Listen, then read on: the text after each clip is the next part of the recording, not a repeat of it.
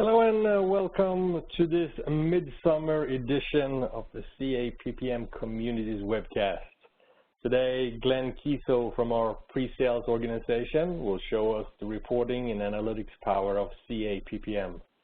In this data-driven world of ours, it's no longer just nice to have information at your fingertips. It's crucial for any company who wants to stay competitive, to be able to act on near real-time data points.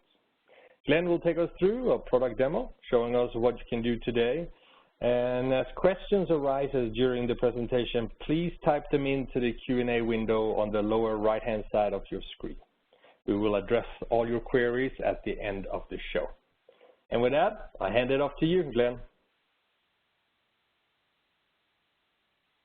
Thank you all. Sorry about that. I had it on mute. So good afternoon or good morning, everybody. My name is Glenn Kiso. I'm a senior principal consultant here at CA. Oops, I even had a typo on my first intro slide. I've been working with the CA PPM product here for a little over 17 years. So anything, from a functional side, from a technical side, I'd be happy to answer any questions. Our goal today is primarily to look at reporting. And as many of you on this call might already know, the different reporting options, we'll kind of cover from the basics to something maybe a little bit more advanced. But we'll look at the different reporting options that are available within our application. Whether it's looking at some basic portlets through the actual Jaspersoft reports, ad hoc report writing, as well as the Jaspersoft dashboards. We've done a lot of work here on the reporting side and giving access to the information with our data warehouse and with Jaspersoft, which is different than the approach we had with, previous to 14.2 with business objects and SAP and Crystal reports. So we've done a lot of work there. We're doing even more work now today. So there's some exciting stuff coming into the future. But today we'll primarily focus on the Jaspersoft reporting side. So to begin, let me just kind of talk about the different options that are available within the PPM tool. Let me actually find where my browser went.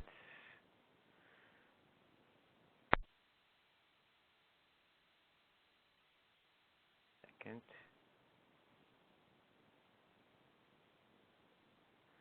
Okay, here we are. And as many of you already know, there are different ways of looking at data within our PPM application. And right now, we're just looking at the current release of 15.2. And traditionally, when we look at reports and dashboards within PPM, we typically think of portlets, right? And these are all the online views of the data. Many of these are in real time. So as you refresh the page, you can see the information. And there are a lot of different ways to create portlets, where you're looking at bubble charts, from benefit realizations to pie charts, to anything regarding tree maps, right, where if you want to be able to categorize and sort of create these sort of like heat map-ish views of the data. There's a lot of ways to provide these online views of information of all the data that's in your PPM application, right, whether it's project, resource, financial, in this case it's application and rationalization data. So there's all this content that we provide, and we provide a number of different views to get at that information and provide some dashboards. So these are more portlet views, and there's some pros and cons of what's the difference between a portlet and a report. And in portlets, obviously, as I mentioned, they're all online, real-time views, and you can export these as needed. There's drill-down capabilities by clicking on one of these bubbles in this particular chart, and it will drill you down into more and more detail. The only problem with portlets is obviously it's kind of hard to distribute. It's hard to sort of print when you have views like this, because it's really made for an online dashboard. It's not really meant for you to print and hand out per se, but you can do that with some of these export options: export to PowerPoint, export to Excel. So that you can do some of that. It's just that's not the purpose built to run and create reports. And for that, we use something more like Jaspersoft. And this is an example of a Jaspersoft report. I'll be showing you some custom reports as well as some standard out-of-the-box reports. So if you want to run some of these kinds of reports, this is a Jaspersoft example, right, where it has the options to save it in multiple formats. You can email these reports. You can send this as a distribution. You can schedule these as well. So there's a lot of different ways of how we can use, either reporting side portlets to satisfy the online views, as well as reports, in this case Jaspersoft, to satisfy the ability to have a distribution, have a printable, nicely formatted version of these reports. So let's talk about Jaspersoft reporting here. When we talk about Jaspersoft reports, and we go into our advanced reporting, it's really a combination of Jaspersoft in and of itself plus our data warehouse. And that data warehouse is something not to be taken lightly. It really is the aggregator, and it summarizes all the data within their PPM application. And it eliminates the need for at least some of the users to have to know the entire data structure. And by that I mean there's a lot of tables, right? You typically don't have to know all the joins necessary to combine a bunch of these tables together. We use what we call domains to essentially provide you with a head start of aggregating and consolidating a lot of information together for you. So instead of having to know how to join 20 tables in the projects area, it's all done there for you. And with that data warehouse and these domains really sort of streamlines the need to know the data structure, and it just accelerates the ability to get the data out of the application. So the first thing we'll look at is some reports. And in our system, we've got a library of reports, and you've probably already seen a lot of these. Some of these might be looking new. There are some custom reports in here as well as some out-of-the-box ones.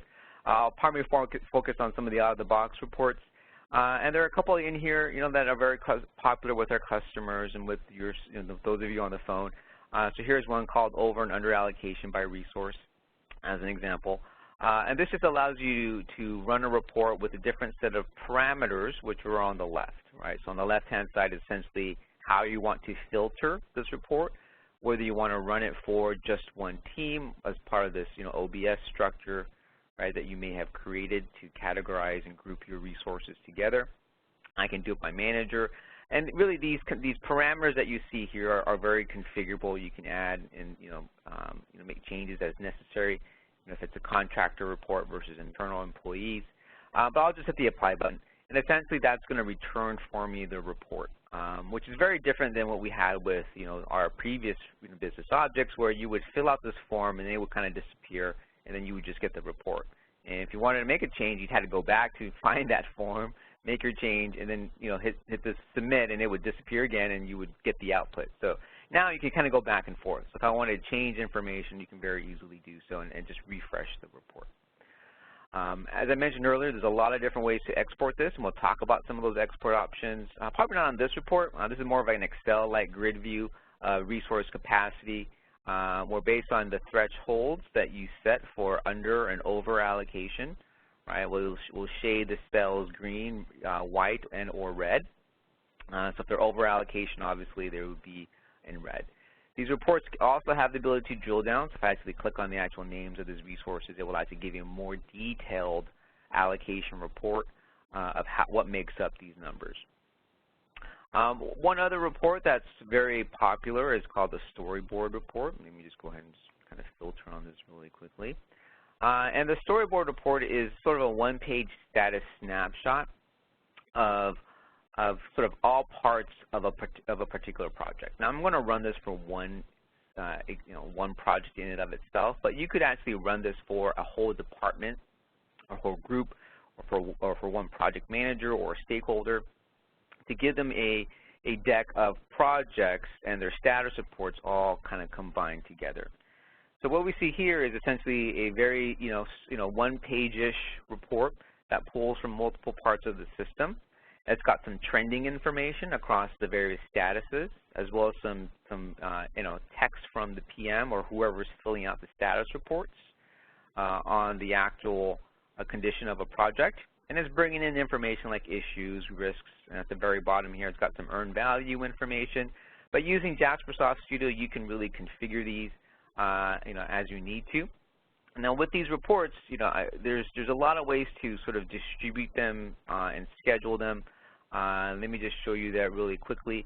It's as easy as just right-clicking on a report and hitting the schedule option, right? Where in this schedule, you can basically run it on any recurrence that you're trying to sort of define. So I can say all months, every Monday, right, at 8 a.m. I want to run this report. and we're going to send this all to the PMs.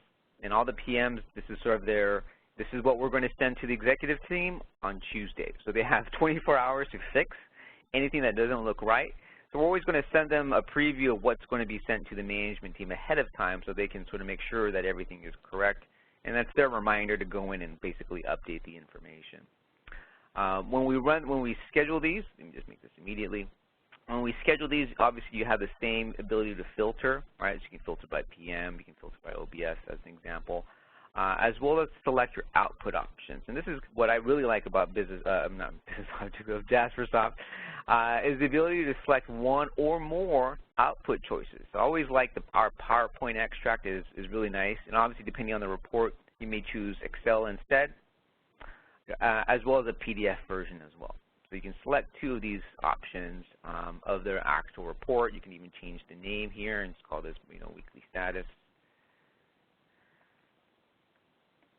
And then essentially send the notifications to the appropriate people. So, yep.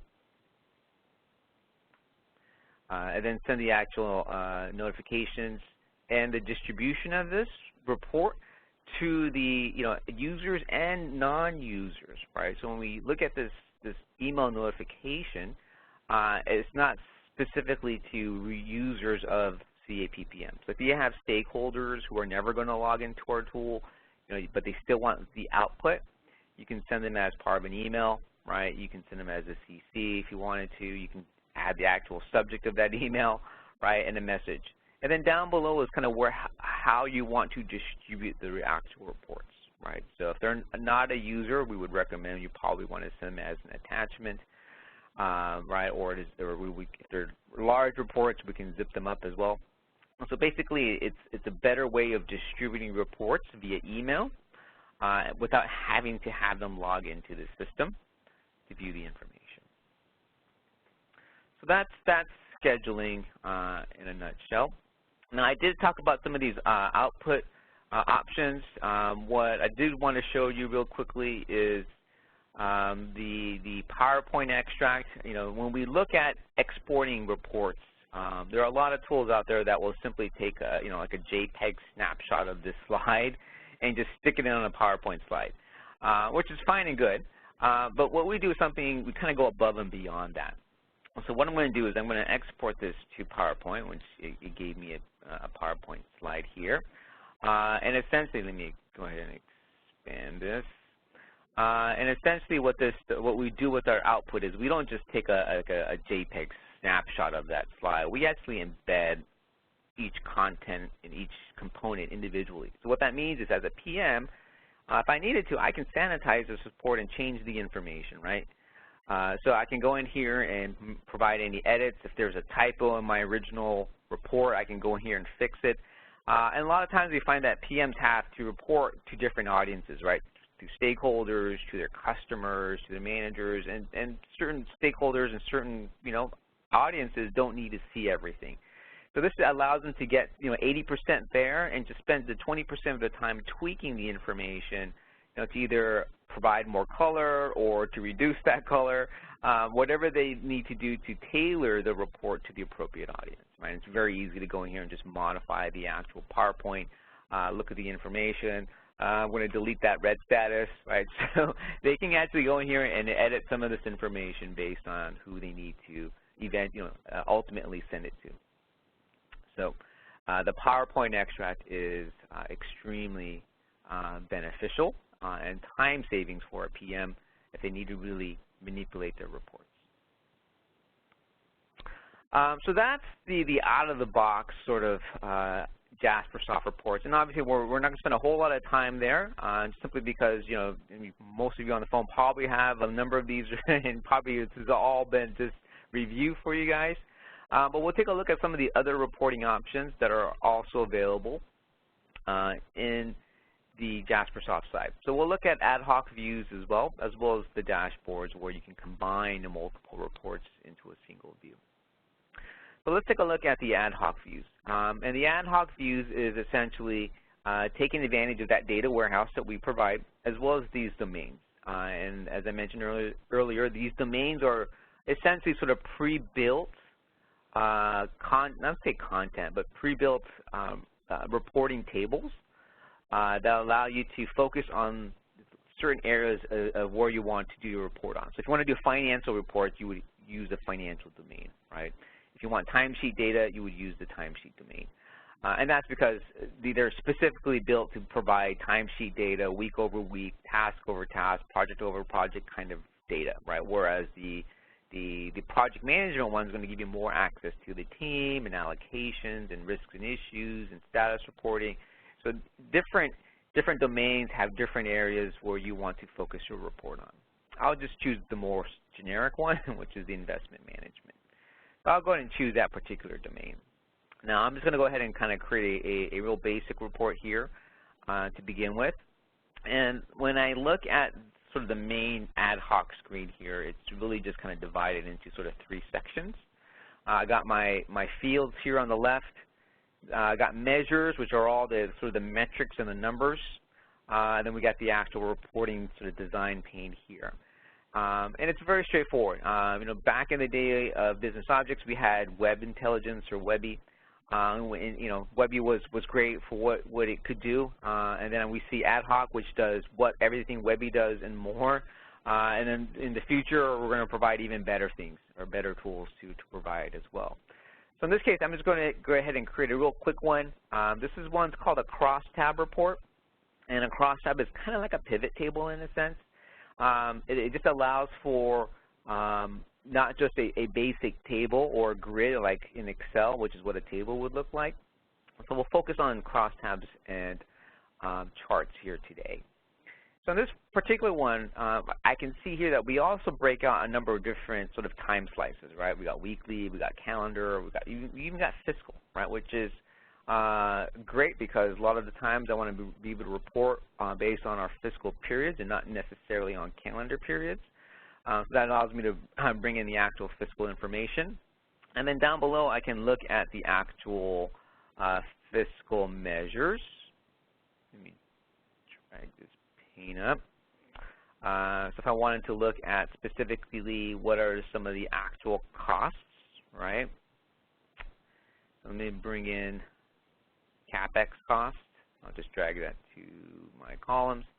And then maybe I want to look at operating OpEx cost. Okay, so now I've got it by the fiscal end date. Maybe I want to just change this to just show me, I don't need to know the exact end date. I just want to know by month as an example. All right, so February versus March. So now I can see the information here, and it's pretty straightforward. Now it's just giving me a sample, so let me just run it on the full data set here. And as you can see here, I've got a number of data, a number of different projects. And we can start doing any number of filtering. So there's a lot of information here going back into July 2014. And maybe I don't want to go that far. So I'm going to have to create a filter here and say, you know what, that's great, but we're in 2017 now, so let me actually do that. So let me just do it is on or after, and we'll change this date to 2017.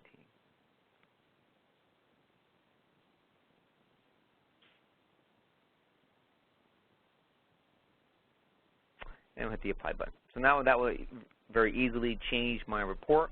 I can see there's more relevant data here in 2017.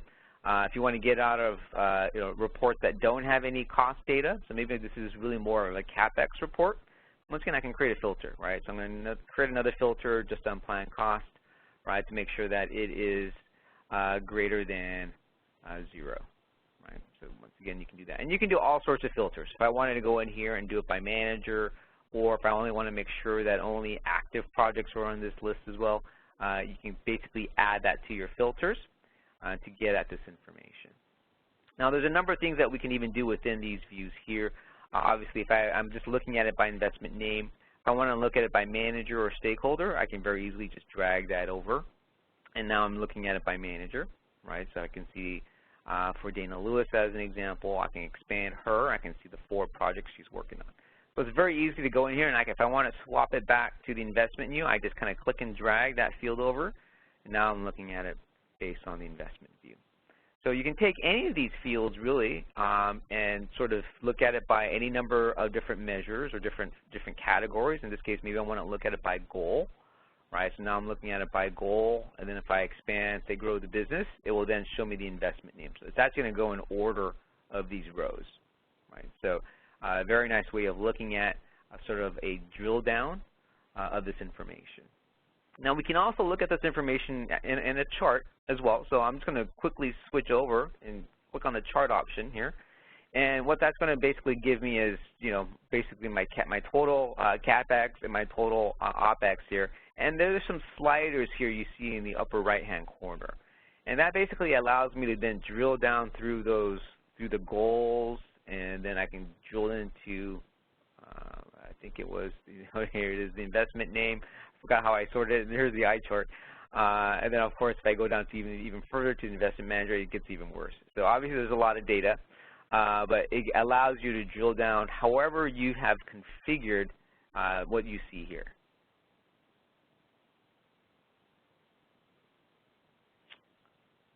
Pretty straightforward of looking at and changing from a crosstab to potentially a chart. Now, there are a lot of things that you can do in addition to just moving things around, pivoting the information. Within the actual ad hoc view, you can actually go in and even create your own custom formulas. So if you want to do, even if-then statements can be done within the calculations here. In this case, maybe just a simple, I'll call this lens view calculation.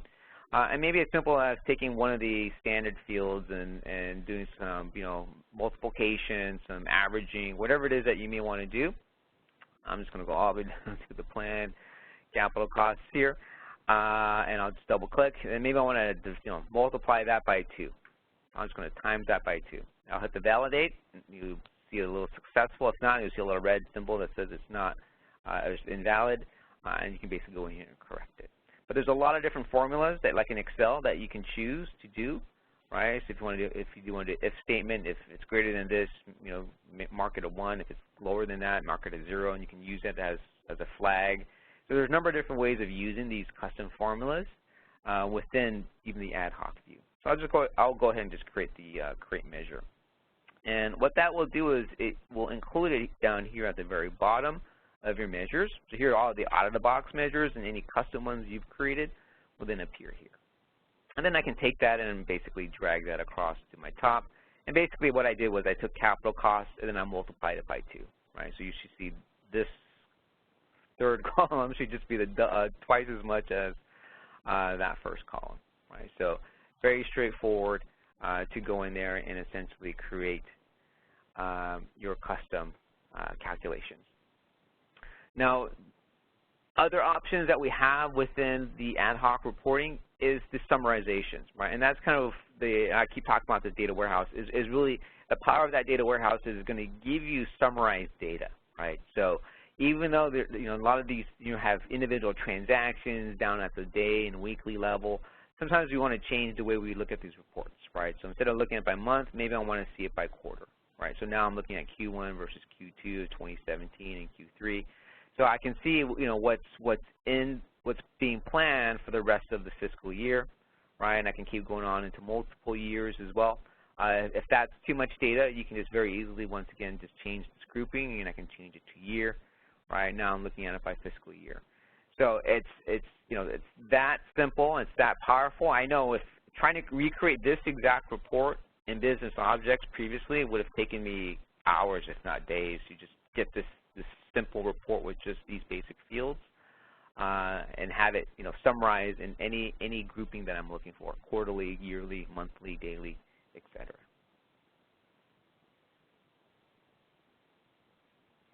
Now, didn't mean to hit the backspace.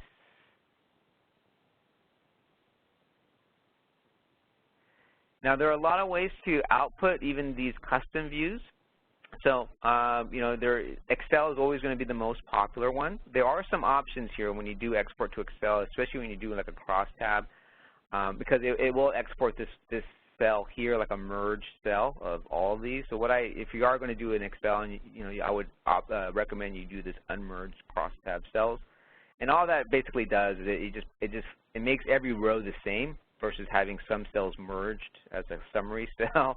So if you want to, that kind of, decreases the amount of sort of reformatting you have to do. So if you do this, then you can export this to Excel, and you can use that data. So when I say use that data, it's, I have a lot of customers. Actually, I was out at one customer yesterday, and she's probably on the call today, where they're using Tableau. So, they have, they're using CA PPM, managing for a number of projects. I believe the visualization she was using was on timesheet compliance, right, which was awesome. And they're using the report ad hoc report writer, exporting it to another format, and then bringing that into Tableau where they can do their visualizations, right? So you can use Jaspersoft as really that sort of that data warehouse where it's combining all that data, find the views you want, then you can export that into another format and use other BI tools. Now we are working on some areas to help streamline that for in future releases. But currently today, you can always use the output to Excel and then bring it into another tool like Microsoft Power BI, Tableau, or Click to get your visualizations out, right? So there's, getting that data out is probably 80% of the effort. That's the biggest challenge typically. And then going into other tool sets and then actually seeing and viewing, what other tool sets might look like. Usually it's very simple, right? So here's an example, and once again, this is not something that CA provides. It's just using Microsoft, in this case, Microsoft Power BI. I created an ad hoc view in our Jaspersoft data warehouse, imported into Microsoft Power BI, and essentially this probably took me less than an hour, maybe 2 hours tops, to create this visualization, right? So it's very straightforward. And once you have these kinds of visualizations, you can click on any part of the chart. It will refresh that, right? So these are all the projects that align to growing the business. If I click on just one business unit in the portfolio, then I can see all the projects that they're working on, right, et cetera. So it just allows for a more streamlined, more interactive way of looking at reporting. And once again, this came from Jaspersoft and our data warehouse data that I exported to Excel and brought into, in this case, it'd be Microsoft Power BI. So once again, those are things that you could potentially leverage to get the data that you're looking for. So next, let's take a look at some dashboards. Let me go back into my view here, and let's take a look at some dashboards.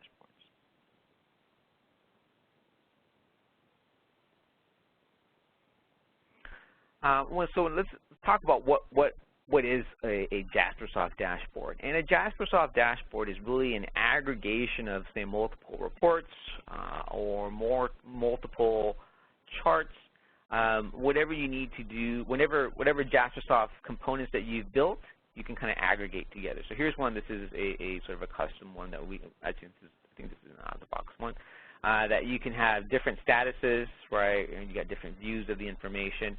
The one I was going to show you is project KPIs, where it's actually looking at multiple metrics, right, aggregating them together, and then providing you with some filtering capabilities. So if I wanted to go in here and look at one dashboard for a particular stakeholder or sponsor, in this case it's by project manager, I'll choose one here, hit the apply button, and you'll notice once I do that, it says loading. It's basically refreshing it just for that 1 p.m. So now I can see how that 1 p.m., what are the projects they're working on, what's been completed, in this case none of them, and the status of the projects that he or she is managing. So that's on the dashboard side. And let me just kind of show you how we can go ahead and create a dashboard. And it's pretty straightforward. So what you're going to get when you create a dashboard is basically all these reports, right? So you can take any of the out-of-the-box reports. So if I want to say maybe bring out a risk register, I'll take one of those. Maybe I'll also want to do a issues register. And you'll notice that as I drag it across, it's kind of giving me different ways of shading how I want to organize that report. So in this case, it's going to do top-down versus the bottom view. As an example, if I want to bring in some cost information, I can put it next to this one. If I wanted, let's say,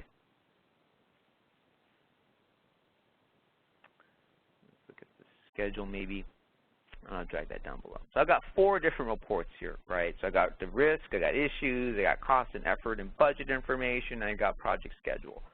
And then you can kind of say, well, I can then create a filter. So I can basically say, let's go in here, and I basically want to do this, let's say by PM, right? And basically, I'm going to create a filter that allows me to.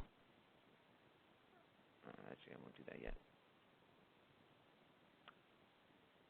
That will allow me to filter by project manager. I'll just kind of drag a couple of these parameters up. So that's basically what we're doing here is I'm going to create a filter that's going to impact all of these data visualizations, right? So, or all of these reports.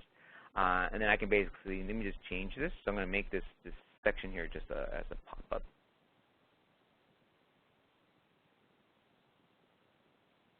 Okay, let me make this bigger. So now what we can do is we can start creating our links. And basically what this means is if I say project manager, which report does that affect, right? And basically you kind of have to repeat this for every element on this. So if the risk register, that's going to be basically the same. It's going to be the same filter.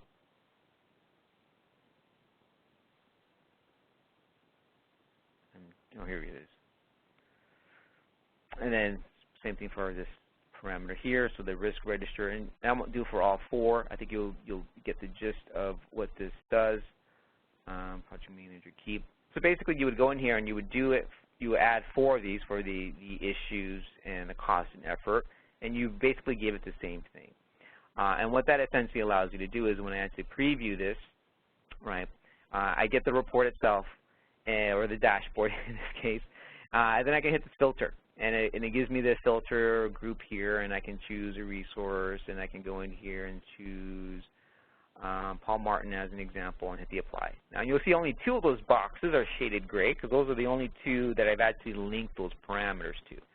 So you can have it so that it only certain dashboards get refreshed based on who gets selected as an example, right? So you can basically go in here and choose a different PM. I'll choose Paul Burks as an example, hit apply. You'll notice those 2 get shaded, and they get refreshed based on Paul's projects.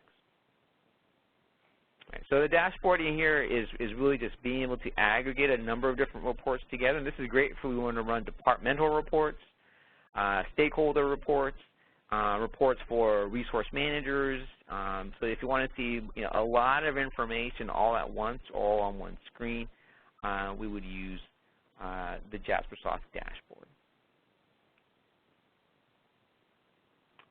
Okay. So those are the key areas of looking at reports within Jaspersoft. We saw just a very quick view of portlets. We looked at some of the library of reports. We did an ad hoc view where we changed some of the information. We created our own custom calculation. We even looked at it as charts.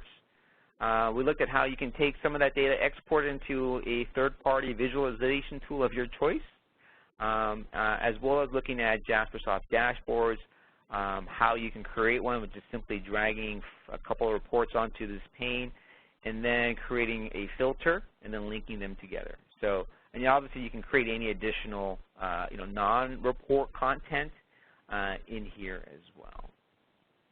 So that's all that I had to share for today's sort of looking at reports and dashboards within Jaspersoft and CA PPM. We definitely did want to leave some time for some Q&A and for questions that you may have about how other customers are using this or just reporting in general. So Alf, I'll hand it over back to you for any Q&A. Well, thank you, Glenn. It was a great overview. I learned a lot. There are a bunch of questions that came in. There was one about at the beginning there when you're showing the scheduling.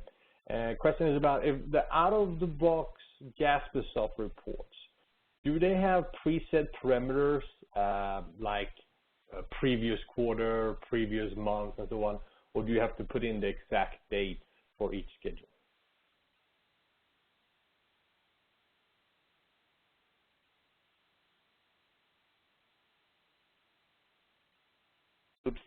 It all depends on the actual report. So depending on what report you're running it for, it could have different parameters. And the parameters are all configurable. You would have to go in and reconfigure that report. But you can change it where if you want to do a date range versus an exact date. So those are some of the options when you run a report. Even when you design the parameters page, you have some flexibility there. And it's just going to vary based on what report you're trying to run. So some are actually going to ask for a specific date, right? And if you don't want that, then you would have to kind of change the parameters and make it a date range or pick a quarter, and that will then affect the query. So there are ways that you can reconfigure if it doesn't meet how you want to run a report. Okay. And if you set a date for scheduling a report, and as time goes by, does that start date, for example, does that move with time, or do you have to go in and change that or manually? Oh, I'm sorry. You're talking about the actual scheduling of a report? Yeah, exactly. Yeah. So yeah, I was thinking more about running a parameter, like a start date on a project. Yeah. So when you schedule the report here, it's good. The recurrence is going to take this date, like you say, we're going to run it today, and I do like a simple recurrence, then it's just going to repeat any number of days after this date that I stick in here. So if I put in next Tuesday, and I say repeat that every week, right, then it's just going to repeat every Tuesday on that exact same time. Okay, that makes sense. When you show the ad hoc view, the months were in alphabetical order, but I take it they can also be in chronological order. So instead of April, August, blah, blah, blah, it will be January, February, March, April. That's something that you can customize or just change? That's a good question. I haven't had a need to change it. I'll look into that. I believe there's a way of sorting that column, but I'll definitely get back to you on that one. Very good. If you have an ad hoc report, can that be scheduled to run on a recurring basis that you show there, where, for example, you pick the same output? You say you want to have a PowerPoint and yeah, you can Excel. create an ad hoc. You can create an ad hoc view, and you can create that into a report. I didn't really show you that, but there is when you create it, there's actually two save buttons. One's an export, and there's a save button. I kind of showed you the export button, but the button next to that was basically saving that ad hoc view as a report, right, where you can do exactly what we're looking at here, where you can schedule it, you can select the outputs and the formats. And that's kind of what I do if I need to do a number of reports and export that over to another BI tool, is I just have it on a recurring basis, and I get the Excel spreadsheet, and then I upload that Excel spreadsheet into the other tool. Cool. And there was one question was, is there a difference between the output that's called Excel and the output that is called XLSX? Yeah, I haven't played too much with the two versions. I assume it just means, and it's sort of a guess here, that it's really, if you're not using Excel, if you're using Google Sheets or other tools, that the formatting might be slightly different. They can take an XLSX, but it might not be Excel specific. There might be some formatting options there, but I'll definitely look into what are the differences. I normally just choose the XLSX because I'm not actually using Excel. I'm actually using it to go into another tool. Yeah, no, I think you're on spot there. Is there a limitation to the amount of data that can be extracted from an ad hoc report? There are some row limitations and metric limitations, as well as Excel limitations as well. So I don't know the exact hard number. I believe it might be around 100,000 rows. Even Excel has some limitation on the number of rows as well. So there are some limitations as to how much data you can extract and output into another format, especially like in Excel. I'm not sure if there's a limit when you look at other formats. Like sometimes if there's too much data, I will just put it into a CSV output instead, where I don't need it to go to Excel. I can take it into a flat file and I can manipulate it from there. Cool. This one is a little more technical. So in the same, we're still talking about the ad hoc view here. Is there a way to change the Boolean data that is displayed on the ad hoc view? So for example, there's a field called plan of record, and in the data warehouse it's stored as 0 and 1, but they like to have the display as yes and no in the actual view, in the actual report. Can you switch that? I believe you can.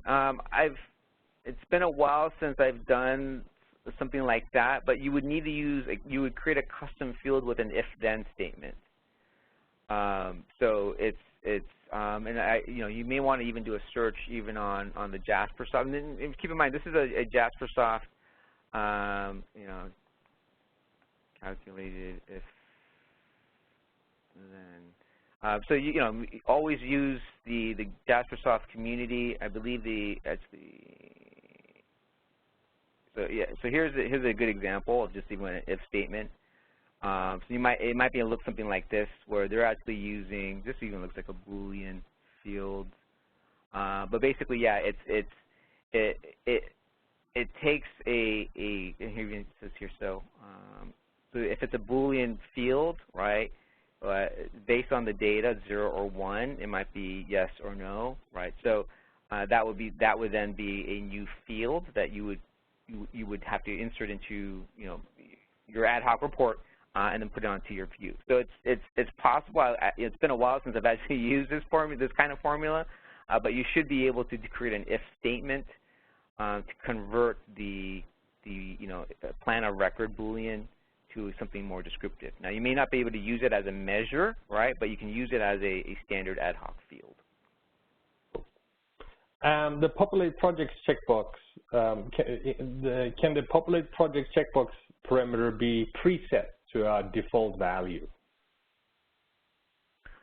I think one thing, I think you can change the when you're looking at the running of the reports. We did that to save on performance, because if you have it checked, it's just yet another query. It's going to come back to you before you return a result. So I think as part of the configuration of that parameters page, you could re-enable having that checked. We used to have it checked. It's just every time somebody brought up that report, it would have to do all these queries on the project manager and on the project list itself, and that just took more time. So we took those off, and that's why we included those populate field buttons. Was if you wanted to use it, you would click on it, and then it would create the query. So it's a trade-off, right? So it's another click, but you get the report screen back faster. So you can have that pre-checked. You would just have to, kind of reconfigure that report and have that parameter checkbox marked. But that is an option. You can do that. Very good. We'll take one more question, and then if you feel that you haven't got an answer to what you asked, please use our communities board to ask them, because you're probably not the only one who have this question for you. Where did it go? I think you answered these questions. You do such a good job answering. You're crushing 2-3 questions at once. I just don't want to be repetitive. I think we're going to leave it here and wrap it up. Thank you very much, Glenn. It was great. If you spend a few hours in the next few weeks, just take a look at the board there. There might be people asking questions regarding this. I think this was very informative. And people, if you want to revisit this presentation, we will post it on communities. If you have colleagues that need to see this, please send them that way. And as I said, if you have questions, please use communities to ask the questions. Until next month, thank you very much. Take care. Thanks, everybody.